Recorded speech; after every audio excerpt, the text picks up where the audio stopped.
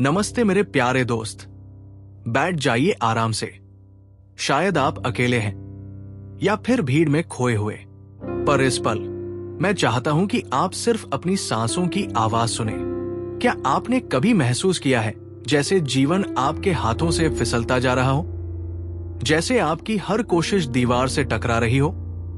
आज मैं आपके साथ बांटना चाहता हूं हेमंत सुनीम जी की वो बातें जो मेरे दिल पर गहरी छप गई। उनकी किताब जब कुछ भी आपके मुताबिक न हो। ये कोई व्याख्यान नहीं है, बस दो दिलों की बातचीत है। तैयार है आप?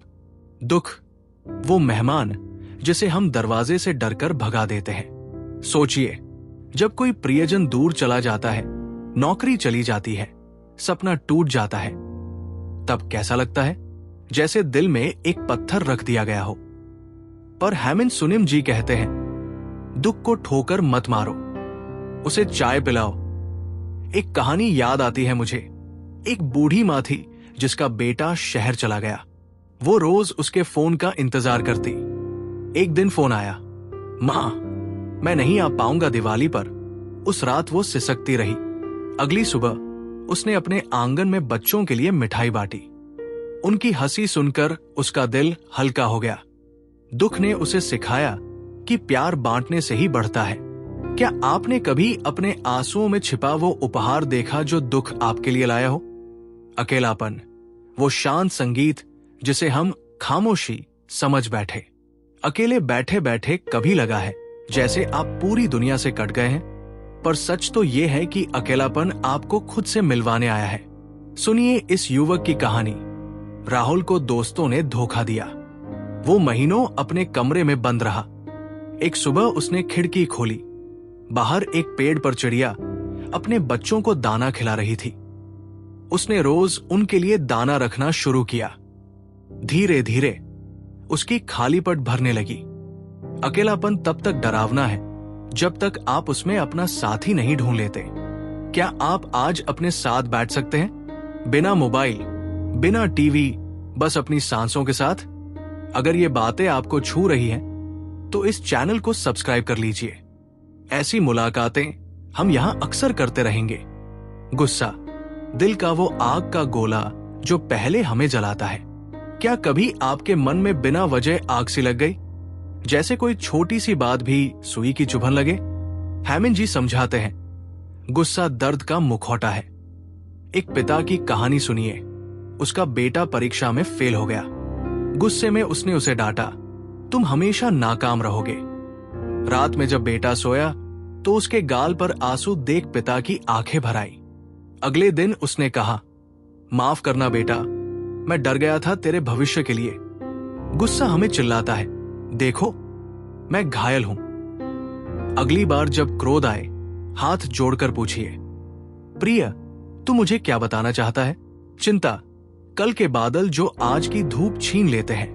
क्या आप भी उन लोगों में हैं जो रात को सोते वक्त सोचते हैं, कल अगर ये हो गया तो, अगर वो नहीं हुआ तो? चिंता एक ऐसा पेड़ है जिसके फल कभी नहीं आते। एक युवती थी, प्रिया। उसे हर समय डर लगता था कि वो बीमार पड़ जाएगी। एक दिन उसकी दादी ने उसे बगीचे में बुलाया। उन्होंने एक फूल दिखाया, देखो ये खिलने से पहले कभी नहीं सोचता कि कल बारिश होगी या तूफान। वो बस खिलता है। जीवन का सार है अभी में जीना। इस पल, इस सांस को महसूस कीजिए। क्या वाकई कल की चिंता आज की शांति से ज्यादा कीमती है? अगर ये विचार आपको स्पर्श कर रहे हैं तो वीडियो को लाइक करें और शेयर करें उन्हें भी जिनके मन में आज उथल पुथल है। स्वीकृति, वो चाबी जो जीवन के हर ताले को खोल देती है। हम क्यों इतना संघर्ष करते हैं जो है उसे स्वीकार करने में? सोचिए उस माली की जो गुलाब को कोसता है, काश तू आम का पेड़ होता। क्या उससे गुलाब की खुशबू कम हो जाएगी? स्वीकृति हार नहीं है। ये समझ है कि नदी को रोका नहीं जा सकता, बस उसके साथ बहा जा सकता है। एक डॉक्टर ने मुझे बताया, जब उसकी बेटी को असाध्य बीमारी हुई तो वो टूट गया। फिर एक दिन उसने उसे गोद में लेकर कहा, चाहे जो हो जाए तू मेरी बेटी है। उसी रात से उसने जीना शुरू किया बजाय डरने के। स्वीकार कर लेना, प्रतिरोध छोड़ देना, यही तो शांति का द्वार है। क्या आप आज किसी ऐसी बात को गले लगाने को तैयार हैं जिससे आप भाग रहे थे? आत्ममूल्य, वो दर्पण जिसमें हम कभी ठीक से नहीं देख पाते। क्या आप वो सब कहते हैं दूसरों से जो खुद से कभी नहीं कहते? जैसे तुम कीमती हो, तुम प्यारे हो। एक सज्जन थे, हर कोई उनकी मदद के लिए दौड़ता, पर जब वो बीमार पड़े तो किसी ने फोन तक न किया। रात में उन्होंने आईने के सामने खड़े होकर कहा, मैं तुम्हें माफ करता हूं, मैं तुमसे प्यार करता हूं। फिर वो जोर से रो पड़े। हम दूसरों के घाव भरते भरते अपना घाव भूल जाते हैं। आज से एक वादा कीजिए, रोज सुबह आईने के सामने खड़े होकर 3 बार कहिएगा, तुम अनमोल हो, तुम योग्य हो, तुम प्यार करने लायक हो। क्या आप अपने आप को वो दया देंगे जो आप दुनिया को देते हैं? अगर इनमें से कोई शब्द आपके दिल तक पहुंचा हो तो कमेंट में जरूर लिखिए। आपको कौन सी बात सबसे गहरी लगी? आपकी आवाज हमारे लिए मार्गदर्शक है। प्यारे दोस्त, शायद आपकी चाय ठंडी हो गई होगी या फिर आंखें थोड़ी नम हुई होंगी, पर याद रखिए, हेमंत सुनिम जी कहते हैं, तूफान चाहे कितना भी भयानक हो, समुद्र की गहराई हमेशा शांत रहती है। आपका सच्चा स्वरूप वही गहराई है।